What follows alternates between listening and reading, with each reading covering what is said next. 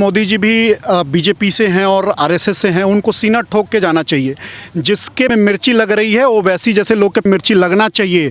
यहाँ पे इफ्तार पार्टी दी जाती है तब सेकुलरिज्म खतरे में नहीं होता है। यही ओवैसी कहता है कि जी हम इस चीज़ को भूलेंगे नहीं। इसका मतलब क्या है? ये दंगा भड़काने का काम कर रहा है। वारिस पठान 800 साल बोल रहा है ना, ये दुनिया 800 साल से है। पीछे जाके देख, तुम लोग का बाप हिंदू निकलेगा। ये फैज खान जो है, ठीक है, अगर इतना ही राम का भाषण देते हैं, ऐसे लोग होते हैं जो मुंह में राम बगल में छुड़ा। अगर ये इतना ही बड़े राम के भक्त है, ये घर वापसी करें। भगवान राम के ऊपर आप कथा करते हो, भगवान राम से आप कमाई करते हो, उसके बाद भी आप क्यों इस्लाम अपनाए हो? कांग्रेस कहती रही तुम्हें कि भगवान राम का अस्तित्व नहीं है। उस टाइम आप मर गए थे। मक्का में आप गंगा जल चढ़ाने की बात कर रहे हैं, वहां गैर मुस्लिम को जाना अलाउ नहीं है। अरे तुम मिट्टी लेके जा रहे हो, 2 पैसे दान करो, लेकिन पैसे दान नहीं करेंगे ताकि लोग देखे कि अरे भाई मुस्लिम भी तो आ रहा है, बहुत अच्छा काम कर रहा है। अरे घंटे का अच्छा काम कर रहा है, इतना दिन से मर गए थे। मोदी जी आपसे रिक्वेस्ट है, भूमि पूजन होने के बाद आप मोछ पे ताव फेरे ताकि ये ओवैसी जैसे लोगों का जले और हम जलता हुआ देखना चाहते हैं।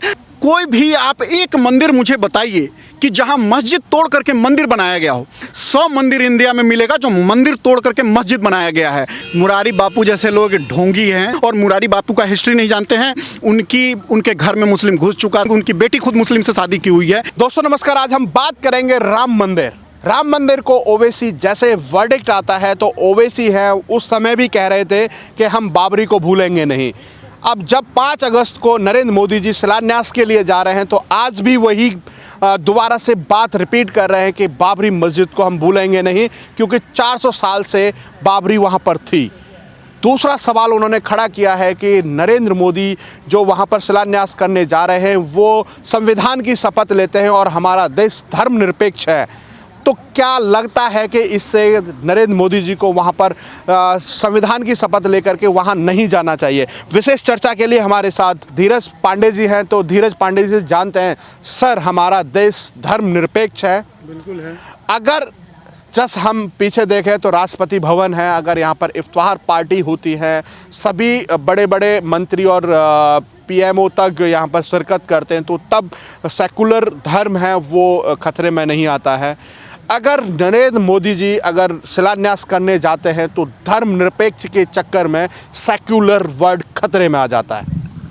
देखिए, बीजेपी हमेशा से राम मंदिर के पक्ष में रहा है और यहाँ पे मोदी जी भी बीजेपी से हैं और आरएसएस से हैं, उनको सीना ठोक के जाना चाहिए। जिसके में मिर्ची लग रही है ओवैसी जैसे लोग के मिर्ची लगना चाहिए। हमें हमारे वोट की खुशी तभी मिलेगी जब ओवैसी जैसे लोग के में आग लगेगा। जब ये हमारे पीछे जो राष्ट्रपति भवन है, यहाँ पे इफ्तार पार्टी दी जाती है, तब सेकुलरिज्म खतरे में नहीं होता है। तो देख लीजिए, हिंदू हमेशा से सेक्रीफाइस करते आया है, तब हिंदू लोग को कोई प्रॉब्लम नहीं है। लेकिन ओवैसी जैसा हरामी लोग ये आग लगाएंगे और आग भड़काएंगे। एक चीज़ बताइए, जब इतने साल से मैटर कोर्ट के द्वारा पारित किया गया है, इसमें कोई बीजेपी या कोई आरएसएस तो नहीं लाके डाल दिया है। इसमें हमेशा से 70 साल तक कोर्ट में चलने के बाद कोर्ट का फैसला आया। पहले तो तुम रटते रहे कि जी कोर्ट का फैसला जो आएगा सर्वमान्य होगा। यही ओवैसी, आपको याद होगा, यही ओवैसी कहता है कि जी हम इस चीज़ को भूलेंगे नहीं। इसका मतलब क्या है? ये दंगा भड़काने का काम कर रहा है। एक चीज़ बताइए, जब कपिल मिश्रा जी एक छोटे से बयान पे कह देते हैं कि रास्ता हम खाली करवाएंगे, वो हो जाता है विवादित बयान। और इस जैसे नेता जो अपने आप मुस्लिम का मसीहा मानता है और ये इतना बड़ा बड़ा बयान देता है और दिन रात, आपको याद होगा जिस टाइम कमलेश तिवारी जी का गला काटा गया था, ये ऐसा दोगला नेता है जो एयरपोर्ट पे ही नाचने लग गया था। अरे तो हम नाचेंगे। और मैं तो रिक्वेस्ट करता हूं मोदी जी को कि वहां पे जिस तरह से वो ईंट डलेगा और भूमि पूजन होगी, उनको मोछ पे ताव जरूर देना चाहिए ताकि इन जैसे लोगों के आग लगे। अच्छा, सबसे बड़ा सवाल यहाँ पर यह भी खड़ा होता है कि वही ओवैसी है और वही वारिस पठान है उन्हीं के पार्टी के। एक तरफ है ओवैसी कहते हैं कि हम 400 साल का इतिहास है हमारा, जो बाबरी मस्जिद अयोध्या में थी, और वारिस पठान हैं वो कह चुके हैं 15 करोड़ 100 करोड़ पे भारी हैं, और 800 साल पुराना हमारा इतिहास है, मुग़ल शासन का इतिहास है। तो क्या माने कि ये सांप्रदायिकता और जो सेक्युलर का ठेका है वो केवल इन्होंने ही ले रखा है? एक तरफ धमकाते भी हैं और एक तरफ सेक्युलर को खतरे में भी बताते हैं। जी बिल्कुल, इनका धंधा इसी से चलता है। ये इनके अपने बस फैमिली बचाएंगे और ये गंदी राजनीति करेंगे। एक चीज़ बताइए, अगर ये वारिस पठान 800 साल बोल रहा है ना, ये दुनिया 800 साल से है। पीछे जाके देख, तुम लोग का बाप हिंदू निकलेगा, ठीक है, तुम्हारा खानदान हिंदू निकलेगा। अगर मुगल आके यहाँ पे कब्जा नहीं किए होते तो तुम लोग हिंदू होते, ठीक है। तो ये लोग जो कह रहे हैं ना 25 करोड़ पे 100 करोड़ पे भारी पड़ेगा, इसी तरह जान लेना 100 करोड़ जो 25 करोड़ तुम लोग भारी पड़ने की सोच रहे हो ना, अगर यहाँ भी अगर हिंदुओं में भी, मैं तो कहता हूँ हिंदू सिर्फ सेकुलर है। सेकुलर अगर हिंदू नहीं होता तो तुम लोग को इतना बोलने का मौका नहीं मिलता। यहाँ पे सिर्फ हिंदू ही अपनी विरासत खत्म करने में लगा हुआ है। अगर हिंदू, मैं तो कहता हूँ हिंदुओं को इन लोग से सीखना चाहिए। इन लोग से अगर हिंदू 1% भी जिस तरह से ये लोग अपना भौंकते हैं और अपना ये हुआ, मैं नहीं कहता हूँ कि इस्लाम गलत है, मैं नहीं कह रहा हूँ कि मुस्लिम गलत है, लेकिन जिस तरह से इन लोग गलत फैलाते हैं और जिस तरह से भड़काते हैं मुस्लिमों को, उस तरह से इनके खिलाफ कार्रवाई करना चाहिए। लेकिन कार्रवाई होता नहीं है। कार्रवाई किस पे होगा? तो कपिल मिश्रा पे कार्रवाई होगा, जो सिर्फ बोल दिया कि हम रोड खाली करवाएंगे। इस तरह से कार्रवाई किस पे होगा? तो साध्वी प्रज्ञा पे होगा, इन सब लोगों पे होगा जो कभी भी ऐसा भाषण नहीं देते, उन पे होगा, लेकिन इन लोगों पे कुछ नहीं होगा। शांति प्रिय समुदाय हैं, बहुत अल्पमत है, अल्पसंख्यक है, ऐसे कह के इनको बचा दिया जाता है और यही लोग पहले आपस में बने रहते हैं और यही लोग बाद में मारते हैं। सबसे बड़ा सवाल है कि एक तरफ भूमि पूजन होता है और एक तरफ पूरे देश में हर्षोल्लास है, और जो देश से बाहर लोग हैं वो भी इस टाइम की प्रतीक्षा कर रहे थे वर्षों से। आज सभी में खुशी का माहौल है। अगर हम बात करें कि जैसे एक फैज़ मोहम्मद फैज़ हैं, राम की ननिहाल है, वहाँ से मिट्टी लेकर के आते हैं और वो कहते हैं कि मैं भी योगदान दूंगा, तो उसको लेकर के आप किस नज़र से देखते हैं? फैज़ मोहम्मद भी चाहते हैं कि राम का मंदिर बने। जी ये देखिए, वो चाहते हैं, ये इसमें देखिए किसी को क्या लगता है मुझे नहीं पता है, मुझे इसमें साफ साफ साजिश लगता है। देखिए इस तरह से मुगलों ने शासन नहीं किया। मुगलों ने पहले आपको सेकुलरिज्म सिखाया, उसके बाद आपके ऊपर शासन किया। ठीक इसी तरह से फैज़ मोहम्मद, ये फैज़ खान जो है, ठीक है, अगर इतना ही राम का भाषण देते हैं, ऐसे लोग होते हैं जो मुंह में राम बगल में छुड़ा।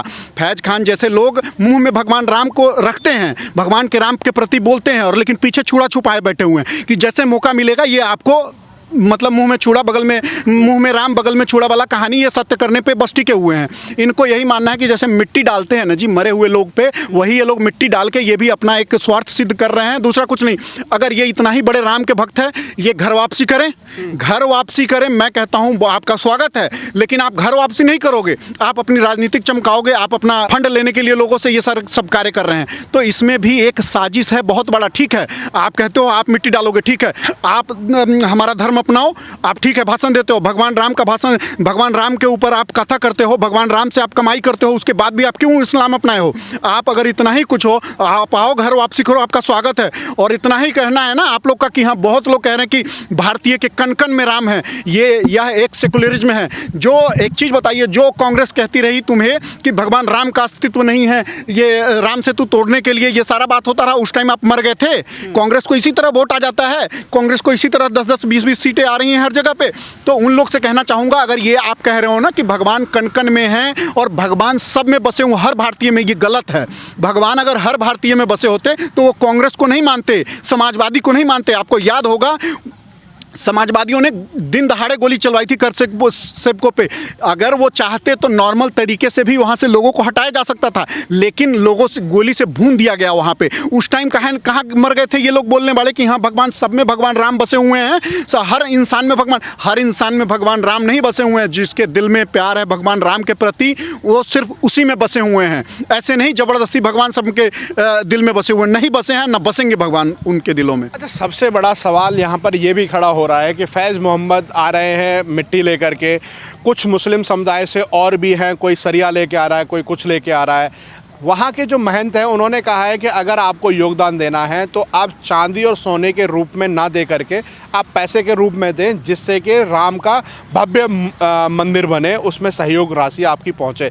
अच्छा, सवाल यहाँ पर ये खड़ा होता है, कुछ हिंदू संगठनों ने इस पर भी ऐतराज़ जताया है कि जब भाईचारे की बात अगर आप करते हो तो भाईचारा जैसे आप दिखा रहे हो राम मंदिर के लिए, ऐसे ही हम चलते हैं गंगा जल चढ़ाते हैं। बिल्कुल, लेकिन ये नहीं मानेंगे ना।